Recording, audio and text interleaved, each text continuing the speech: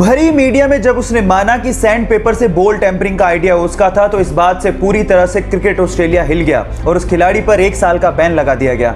उस 1 साल में उसकी बहुत बदनामी हुई और उसे लगने लगा कि क्या वो कभी टेस्ट क्रिकेट खेल भी पाएगा, लेकिन क्रिकेट के लिए उसने अपने पैशन को कम नहीं होने दिया। फाइनली 2019 में इंग्लैंड के खिलाफ उसे एशेज खेलने का मौका मिला, लेकिन जैसे ही वो बैटिंग के लिए उतरा, वहां के लोगों ने उसे सैंड पेपर दिखाकर चीटर कहना शुरू कर दिया और रोते हुए मुखौटे लगाकर उसे चिढ़ाना शुरू कर दिया। लेकिन उसने आलोचकों को जवाब अपनी बैटिंग से दिया। उसने दोनों इनिंग्स में शतक ठोके और साथ ही साथ पूरी एशेज में 774 रन बनाकर यह साबित कर दिया कि चैंपियन गिरते जरूर हैं लेकिन डरते नहीं।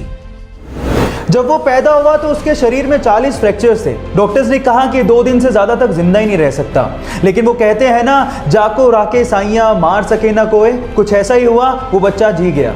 फिर डॉक्टर्स ने फाइनली उसका इलाज शुरू किया, लेकिन पेरेंट्स को कहा कि प्लीज आप अगले 6 महीने तक इसको हाथ मत लगाइएगा, क्योंकि उसको हाथ लगाती उसकी हड्डियां टूटने लगती थी। फाइनली ये 15 साल का लड़का, जिसके शरीर में टोटल 140 फ्रैक्चर है, जिंदा दिली की मिसाल है। वो अमेरिका का एक फेमस रैपर और एक मोटिवेशनल स्पीकर भी है। Yes, I am talking about Sparsha, जिसने एमिनेम के गाने आई एम नॉट अफ्रेड को उससे भी तेज गाकर रिकॉर्ड बना दिया, जिसको यूट्यूब पर अभी तक 14 मिलियन से ज्यादा हार्ट्स मिल चुके हैं। गाइस, यहां सीखने लायक बात यह है कि हालात कैसे भी हो, आपको जिंदगी जीने का जज्बा होना चाहिए, तब आप कुछ भी कर सकते हो। Thank you. वो हरियाणा में एक सरकारी कर्मचारी था। उसके बाद उसने रिटायरमेंट लिया, लेकिन रिटायरमेंट के बाद उसकी जिंदगी पूरी तरह से बदल गई। वो डिप्रेशन का शिकार रहने लगा। उसे physical problems, medical problems, mental problems तक होने लगी।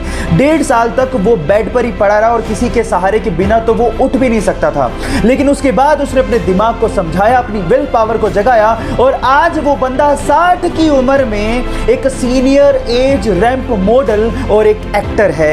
Yes guys, I'm talking about Dinesh Mohan. Guys, यहाँ सीखने लायक बात यह है कि अगर आप कुछ भी जिंदगी में नया करना चाहते हो तो age is just a number. उम्र की रखिया, स्पिरिट होनी चाहिए। जेफ बेजोस दुनिया के सबसे अमीर लोगों में शुमार है इनका नाम। जी हाँ guys, the richest person on this earth planet. लेकिन इसके बावजूद भी उनका डाउन टू अर्थ नेचर देख के आप लोग हैरान रह जाओगे। यह हमें तब देखने को मिला जब ये इसी साल जनवरी में इंडिया आए और अमेज़न की तरफ से, जी हाँ, अपनी ही कंपनी की तरफ से एक डिलीवरी मैन बन गए और एक जगह उन्होंने अमेज़न की तरफ से प्रोडक्ट को डिलीवर भी किया। गाइस, अब आप समझ चुके होंगे कि अमेज़न इतनी ऊंचाइयां क्यों छू रही है। जब नेतृत्व ही इतने कमाल का हो तो कंपनी ऊंचाइयां छुएगी ही। आपकी जानकारी के लिए मैं आपको बता देता हूं कि अमेज़न एक ऐसी कंपनी है जो कि कस्टमर सर्विसेज को बहुत ज्यादा तवज्जो देती है और कस्टमर्स को किंग मानती है। एक बार एक महिला अपने बच्चों के साथ एक ज्वेलरी शॉप पे जाती है और अपनी अंगुली से अंगूठी निकाल के सेल्समैन को देकर ये कहती है कि मुझे इसे बेचना है।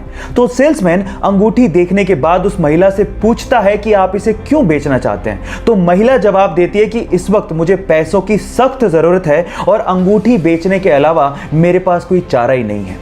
यह सुनकर सेल्समैन का दिल भर जाता है और उसके बाद जितने पैसों की जरूरत उस महिला को थी, वो सेल्समैन उसे वो पैसे देता है। लेकिन आंखों से आंसू तब आ जाते हैं जब वो सेल्समैन उस रिंग को भी उस महिला को लौटा देता है।